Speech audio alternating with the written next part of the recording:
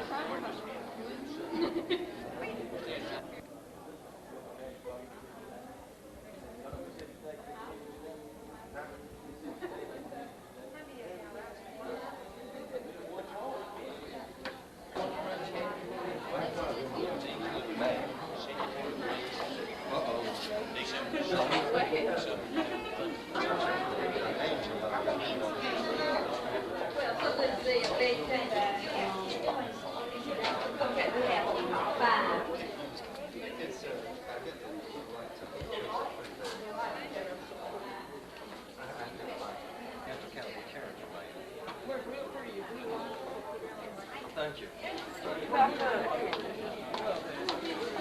Bryce, where you been? Okay. Get out of the way here. Take pictures.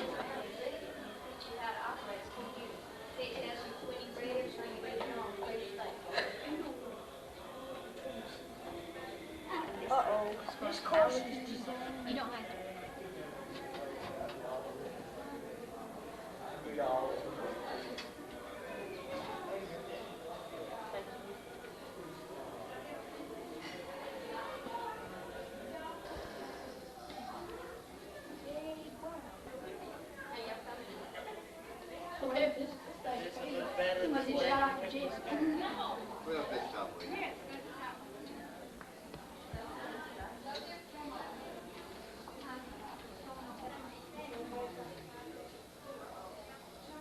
This is the layout from our last paper. We'll give all our work here at the school now.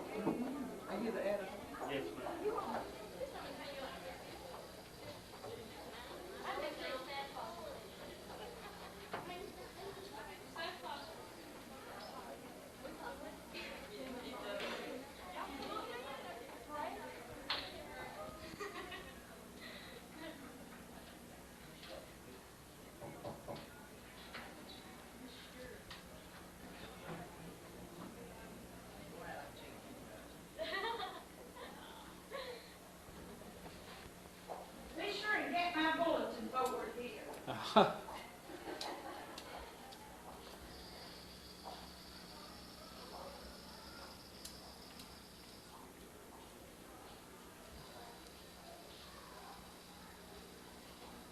Is that thing recording sound right now? I got my room.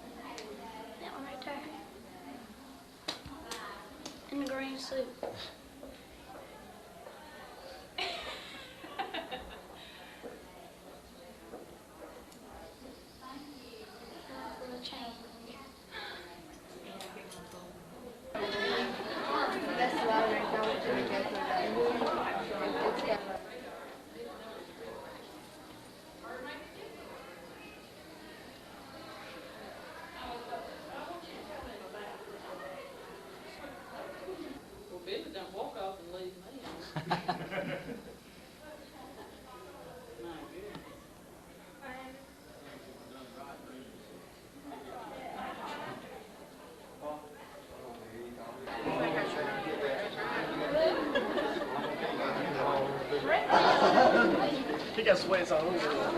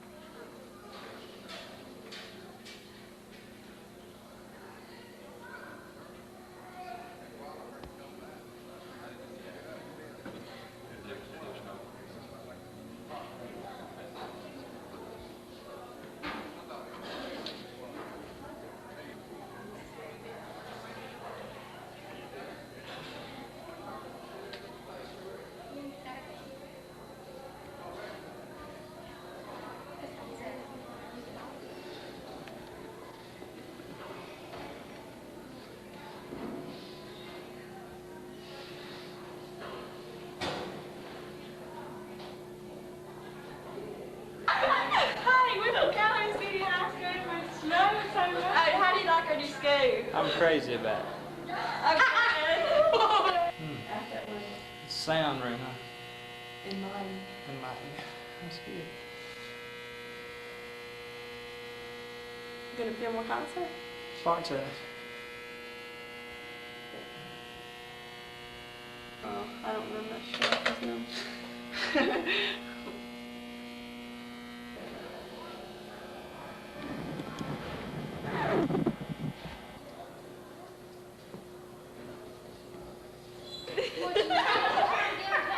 Is it on? Hi, my name's Betsy. And this is my friend Janelle Ray, Lacey Nix, and Sherry Ray. And we're very proud of our new school. Okay.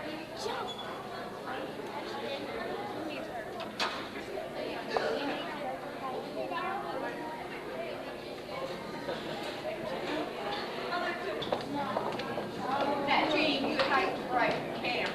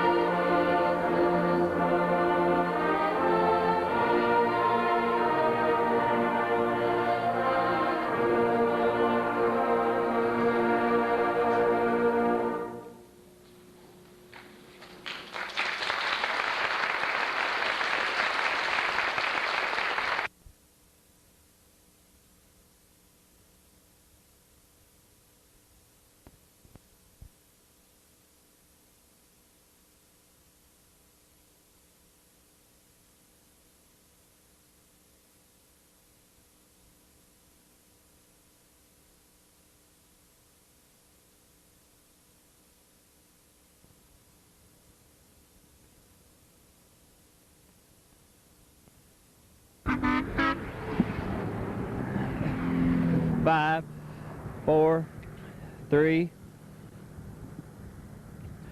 This bridge is located south of Bruce on Highway 9. It's one bridge south of the Schooner River Bridge. The railing being gone was caused by a pickup that went off about a week ago here. It's the west side railing that is missing, and it won't be repaired until after the holidays, according to a spokesman with the Highway Department. A lot of roads will be bad this weekend. You need to be in remembrance of that as you're out traveling around. Some interesting statistics for you while we're on this scene, as you can look at what can happen. You might be aware that most automobile accidents occur in Mississippi between 5 and 6 p.m. on Friday. The Christmas holiday does start at 6 p.m. Friday.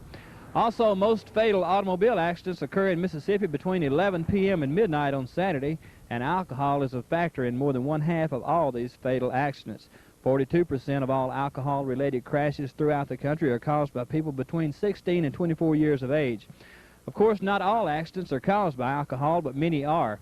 Party hosts should assume the responsibility of providing plenty of food, to stop serving drinks early, and offer to drive tipsy individuals home or invite them to spend the night.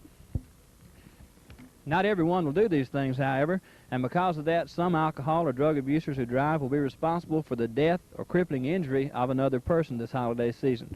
And a few people will spend their first nights in jail. Last year, 9 people died in traffic accidents during the Christmas observance here in Mississippi. We encourage you, don't be a statistics, and do your best to see that no one else becomes one. This is Gene Redwine for News 7.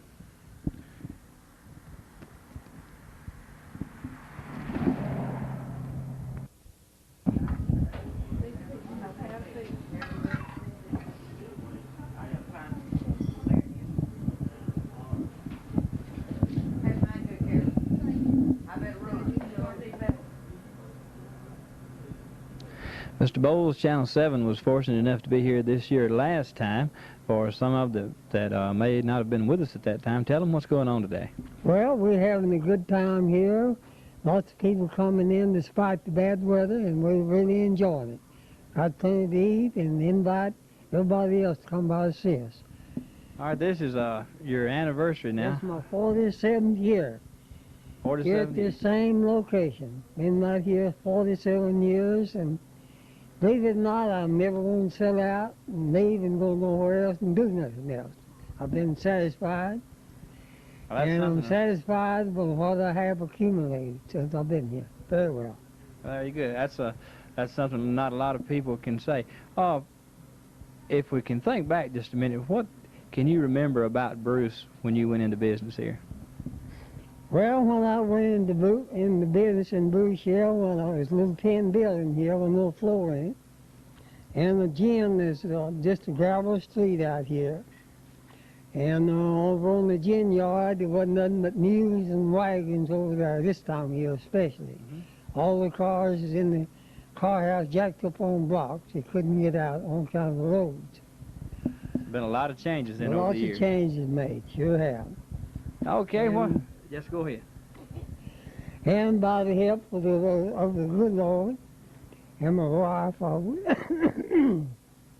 I've been very fortunate to be here this many years, sure have. Well, I was just going to mention her there, let you introduce her to us. Tell us who you got with you. This is my wife, Oh. Barfield Bowles. Well, And she's been a great help to me over the years. She sure has. Let me tell you this, whenever I first come here, well, we didn't have nothing. And I would work down here, and she'd bring me supper, and I'd eat my supper and pile up in an old car when I give out, and stay the rest of the night, and she'd bring my breakfast next morning. And I labored for it. What I got. No, that's the fact. well, Miss Bowles, you're in business for yourself here too now, right? Sir? I guess you're having a lot of business here right at the holiday season. Fair. I'm well pleased with it. Sure am. Well, real good. Is there anything you'd like to say about the turnout today? Well, we're very happy that everybody come to see us, and hope we have several more of these years to come. Well, we sure do too. And we really appreciate TV7 down here too. We really appreciate them. We watch y'all. Think you're doing a good job. Well, we and appreciate hope y'all many more years of success. Same to you, and it's Yes, good to be sir. here with y'all. Okay. And from Mr. Bowles' shop here in Bruce, this is Gene Redwine for News 7.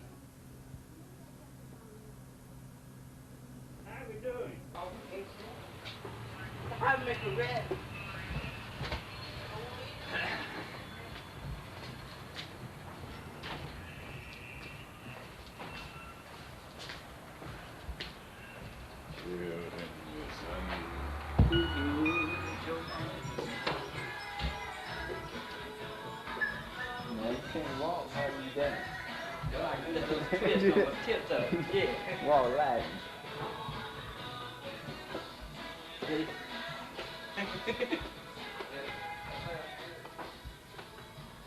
Hey, Rick Morgan. Good job, Mr. Oh, we've been interviewing Mr.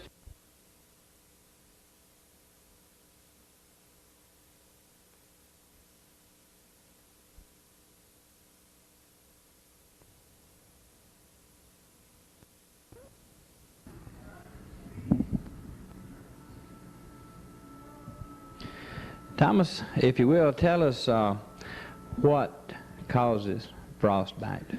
Okay, frostbite occurs when you've been out in temperature of below freezing and down below that. It occurs when parts of the body that's exposed to the temperature becomes more or less frozen to where you can't feel it, and it starts aching and has sort of a burning sensation, and this occurs when the temperature of the exposed parts drops down below your normal body temperature.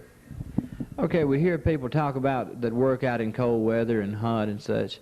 They say, well, I can always tell if I start getting too cold. Can they always tell when it comes up on them? No, most times when you get frostbite and really get, you know, the extreme measures of frostbite, you're not able to tell it until it's, you know, it's too late. Your hands will start getting numb. They will, you can feel them getting cold, which more or less it's just, you know, they're getting cold and you can feel it, and your body is telling you that you need to do something. And if you don't, before, you know, it gets into the later stages of frostbite, you know, will have permanent damage will occur.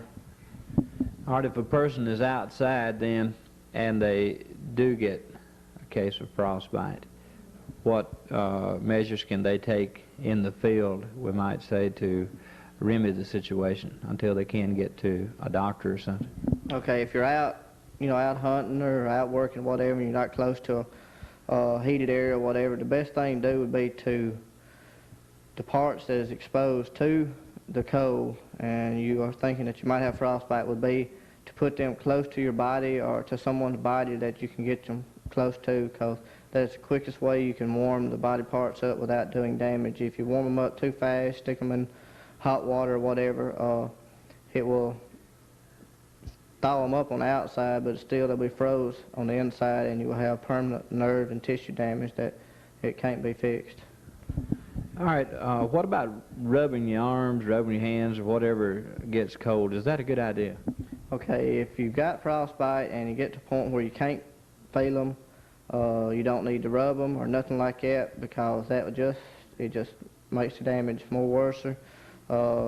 Just cover them up, protect them from the cold. Once they get frostbite, you know, you need to put them in your pockets, get them away from, you know, the cold air that's causing it.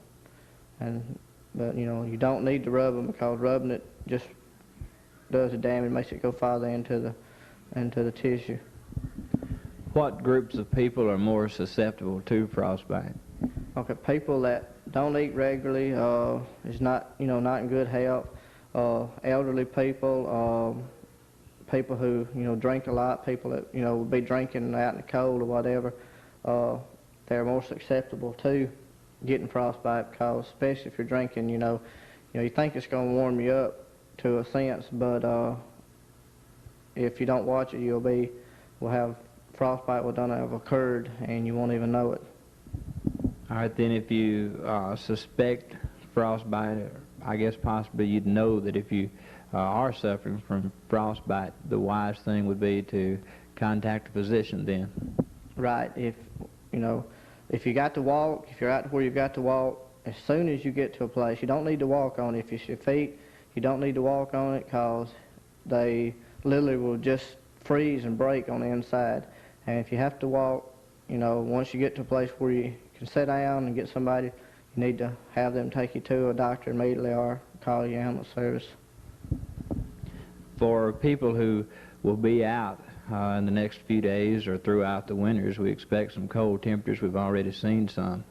Would it be a good idea then to travel in groups if you're going to be maybe out hunting or something like that in order to help each other?